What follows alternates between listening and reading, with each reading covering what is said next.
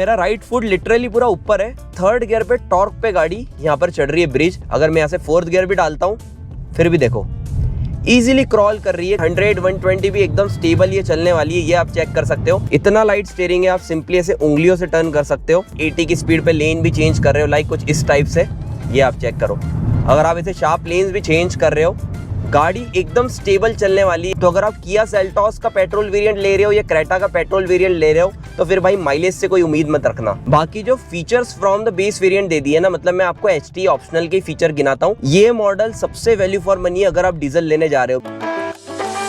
Indian market में एक mid size SUV लेने निकले हो तो Creta, Seltos, Taigun, Kushaq, Grand Vitara, Elevate जैसे ढेर सारे ऑप्शंस है। बट जहां पर डीजल ऑप्शंस की बात आती है, लिमिटेड चॉइसेस बन जाती है, like Creta, Kia Seltos. But जहां तक की बात आती है अपडेटेड मॉडल की, बहुत ज्यादा डिमांड में और most value for money HT optional variant लेकर आया हूं। प्रॉपर आज इसे ड्राइव करने वाले हैं। आप भी अगर एक डीजल एसयूवी लेने का प्लान कर रहे हो तो यार इससे लेना वर्थ इट चॉइस है कि नहीं, क्या कुछ फीचर्स मिलते हैं, क्रेटा से कैसे डिफरेंट बनती है, सारी बातें आज की ड्राइव वीडियो में करने वाले हैं। क्विक इसलिए रख रहा हूं बिकॉज आपका ज्यादा टाइम वेस्ट करेंगे नहीं, पॉइंट टू पॉइंट बातें करने वाले हैं। और इस गाड़ी को लेने का प्लान करा या इस सेगमेंट की कोई कार लेने का प्लान करा है तो ड्राइव वीडियो को एंड तक देख लोगे तो आपके सारे डाउट्स क्लियर हो जाएंगे। तो इंट्रो में ज्यादा टाइम वेस्ट करते नहीं है, let's drive it. Alright guys, आ चुके हैं ऑल न्यू अपडेटेड किया सेल्टॉस के इंटीरियर में। कीज चेक करो भाई, फ्रॉम द बेस वेरिएंट इतनी प्रीमियम कीज मिलती है, मतलब किया और Hyundai को इस बात में तो दाद देना पड़ेगी। बेसिकली ये फ्लिप कीज है, बट यहीं से आप अनलॉक कर सकते हो, यहीं से लॉक कर सकते हो एंड यहीं से होल्ड करोगे तो आप बूट को एक्सेस कर सकते हो। अब डीजल वेरिएंट है, मुझे भी इंतजार नहीं हो रहा भाई इसे ड्राइव करने के लिए। पहले तो स्टार्ट कर लेते हैं। लेट्स सी केबिन में कितना क्या नॉइस आ रहा है। दोनों विंडोज को मैं रोल डाउन कर देता हूँ। रेविंग टिल 5000 RPM, काफी रिफाइंड इंजन है। प्रॉपर लॉन्च भी करेंगे, बट सबसे पहले ऑफ रोडिंग एरिया पर चलते हैं because 10 mm ground clearance company ने बढ़ाया है, 200 mm का ग्राउंड क्लियरेंस मिलता है। एंड सस्पेंशन कैसे परफॉर्म करते हैं ये भी बात करेंगे। वैसे तो सारे कंपटीटर में ऑलमोस्ट सेम सस्पेंशन सेटअप मिलता है, बट सबकी जो वर्किंग रहती है ना, जो रिस्पॉन्स रहता है वो अलग अलग रहता है, तो वो हम चेक करने वाले हैं। फ्रंट में मैकफर्सन स्ट्रट सस्पेंशन मिलता है, रियर में आपको ट्विस्ट बीम सस्पेंशन मिलने वाले हैं। ये चेक करो भाई, सोफे वाली फीलिंग दे रहा है। लिटरली इतने सॉफ्टर साइड सस्पेंशन रखे गए, कहीं ना कहीं उससे आपको ग्राउंड क्लियरेंस में भी दिक्कत आने वाली है बिकॉज नीचे लगने वाला इशू हो सकता है अगर आप 5 लोग हो। बाकी बढ़िया तरीके से देखो परफॉर्म कर रही है। टर्निंग रेडियस की भी बात करते हैं। हालांकि सब 4 मीटर प्लस ये गाड़ी आती है तो आपको एक बार में तो टर्न होगी नहीं। रिवर्स पार्किंग कैमरे का भी आउटपुट देख सकते हो, काफी बढ़िया क्वालिटी आपको यहाँ पर मिलती है। एंड जब हम ड्राइव कर रहे हैं फिर भी अगर हमें रियर व्यू देखना है, हमें यहाँ पर डेडिकेटेड पार्किंग का बटन देकर रखा है, उसे प्रेस करेंगे तो हम कभी भी ये वाले मॉनिटर को ऑन कर सकते हैं। बाकी देखो भाई सस्पेंशन बढ़िया है। फ्रॉम द बेस वेरिएंट आपको 16 इंचेस के व्हील्स मिलते हैं। अब मुझे अगर रियर व्यू मॉनिटर ऑन करना है, सिंपली बटन दबाऊंगा, ये ऑन हो चुका है। इसी बटन से ये हट भी जाता है। अब मेन रोड पे चलते हैं। सबसे पहले लॉन्च करते हैं डीजल इंजन को, रेविंग टिल 5000 RPM, लेट्स गो।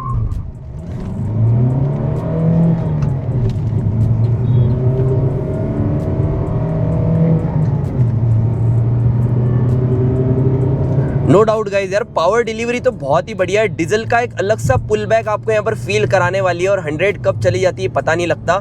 यहाँ से मेन हाईवे पे चलते हैं और सारी बातें डिटेल में करने वाले हैं। सबसे पहले इंजन स्पेक्स की बात करते हैं तो इसमें आपको वही ट्रस्टेड 1.5 लीटर का CRDI डीजल इंजन मिलता है। 114 bhp की पावर, 250 Nm का टॉर्क निकाल के देने वाली है। मतलब देखो पावर सफिशियंट है। 0 to 80 जाने में, 0 to 100 जाने में थोड़ा टाइम लेती है, बट आपको torque and power sufficient deliver करने वाली है। अभी अगर करंट माइलेज की बात करें, ओनर को 15 का दे रही है because city and highway commute दोनों को मिला के 15 to 16 किलोमीटर पर लीटर का माइलेज मिल रहा है। बट अगर आप लॉन्ग रूट्स पे चला रहे हो तो ये इंजन आपको 20 से 22 किलोमीटर पर लीटर का भी माइलेज निकाल के दे सकता है। अब देखो मैं आपको लो एंड टॉर्क दिखाता हूँ बिकॉज देखो डीजल गाड़ी अपने टॉर्क के लिए मानी जाती है। अगर मैं स्पीड कम कर लेता हूँ, 5th गियर पे गाड़ी है, फिर भी अगर मैं बढ़ाना चाहूंगा तो नॉकिंग मुझे फील नहीं होगी। एंड दूसरी चीज, अगर मैं यहाँ पर रोक ही लेता हूँ गाड़ी, मैं सिर्फ बताना चाह रहा हूँ कि पेट्रोल से डीजल में आपको क्या डिफरेंस देखने को मिलता है। लाइक अभी मैं अगर यहाँ पर 2nd गियर डाल देता हूँ और मैंने थ्रॉटल से पैर हटा लिया है, ये आप चेक करो, मेरा राइट फुट पूरा पीछे है। अगर मैं यहाँ से 3rd गियर भी डाल देता हूँ, मेरा राइट फुट लिटरली पूरा ऊपर है,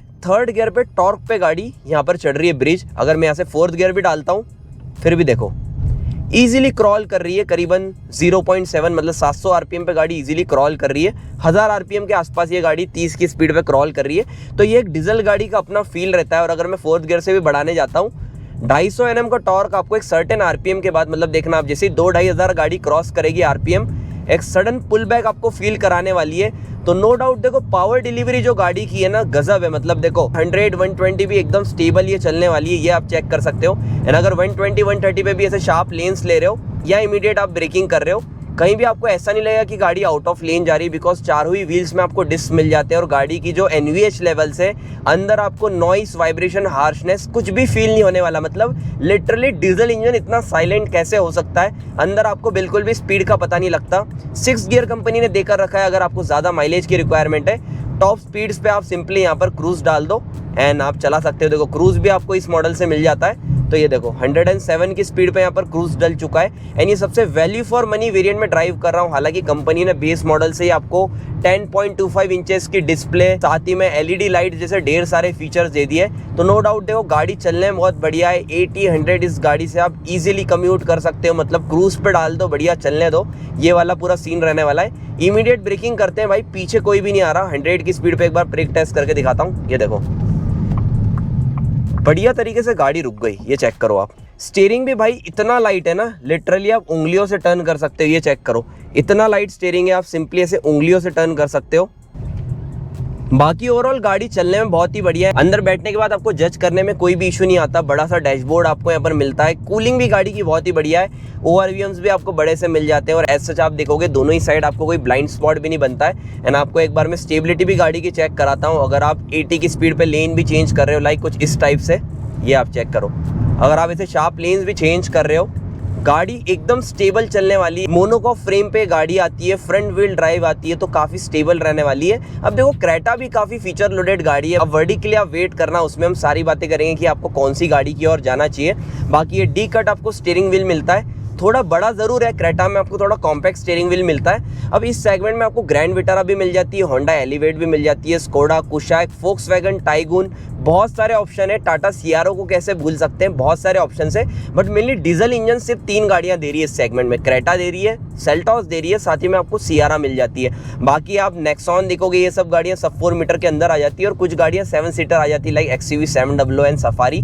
तो इस प्राइस पॉइंट पे आप अगर पेट्रोल गाड़ी लेना चाह रहे हो, अगर आपको पेट्रोल इंजन ही चाहिए था और उसमें माइलेज चाहिए था, तो आग बंद करके आप हाई राइडर, ग्रैंड विटारा या फिर विक्टोरिस के लिए जा सकते हो। बट अगर आपको पहले से डीजल इंजन ही चाहिए, मैनुअल या ऑटोमेटिक, तो फिर उसके लिए आपको 2-3 ऑप्शंस बचते हैं जो कि मैंने आपको बताया।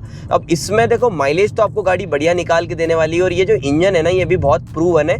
अब टाटा सियारा भी बढ़िया गाड़ी है, नो डाउट, बट देखो यार लॉन्ग टर्म रिलायबिलिटी की जहां तक की बात आती है ना, अब देखो मैं ओपिनियन सबका वेरी करता है, मैं अपना पर्सनल एक्सपीरियंस बता रहा हूँ, मैं किया एज वेल एज Hyundai पे ज़्यादा ट्रस्ट करूंगा अगर आप टाटा से कंपेयर करते हो।